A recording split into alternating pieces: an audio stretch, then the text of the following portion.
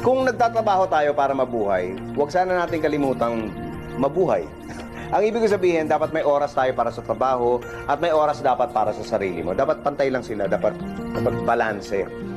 Okay lang na kumayod ka ng kumayod, pero pagkatapos nun, maglaan din tayo ng panahon para magpahinga o maglibang. Kasama siyempre yung pamilya natin, pati mga kaibigan. Aanin mo yung mataas na posisyon o mataas na sahod, kung papatayin mo naman yung sarili mo sa trabaho.